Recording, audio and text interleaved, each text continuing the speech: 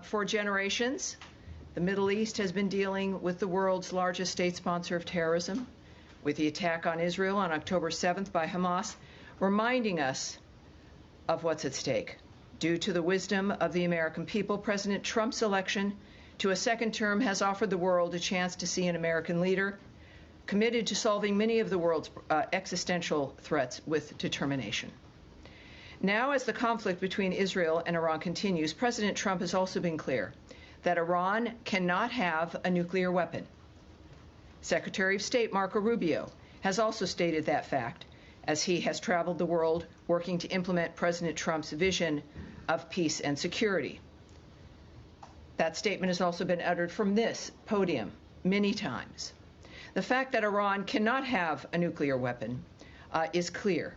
As the White House reminds us, since taking office, President Trump has clearly stated no fewer than a dozen times that Iran cannot be allowed to have a nuclear weapon, for anyone who's unclear on that fact. President Trump has made the same pledge no fewer than 40 times before taking office, even as far back as 2011. One of the highest priorities of the Trump administration is the safety and security of the American people.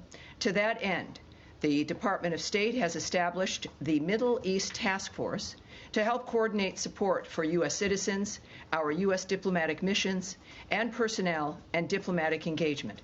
The task force is operating 24 hours a day. Over the past week, to help keep U.S. citizens informed, we have issued more than 30 security alerts to countries in the region and updated the travel advisories for Iraq and Israel.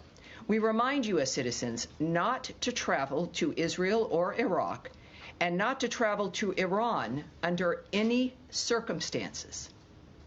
We continue to monitor the complex and rapidly evolving situation on the ground as we continue to assess and address the needs of U.S. citizens. We urge all U.S. citizens to regularly visit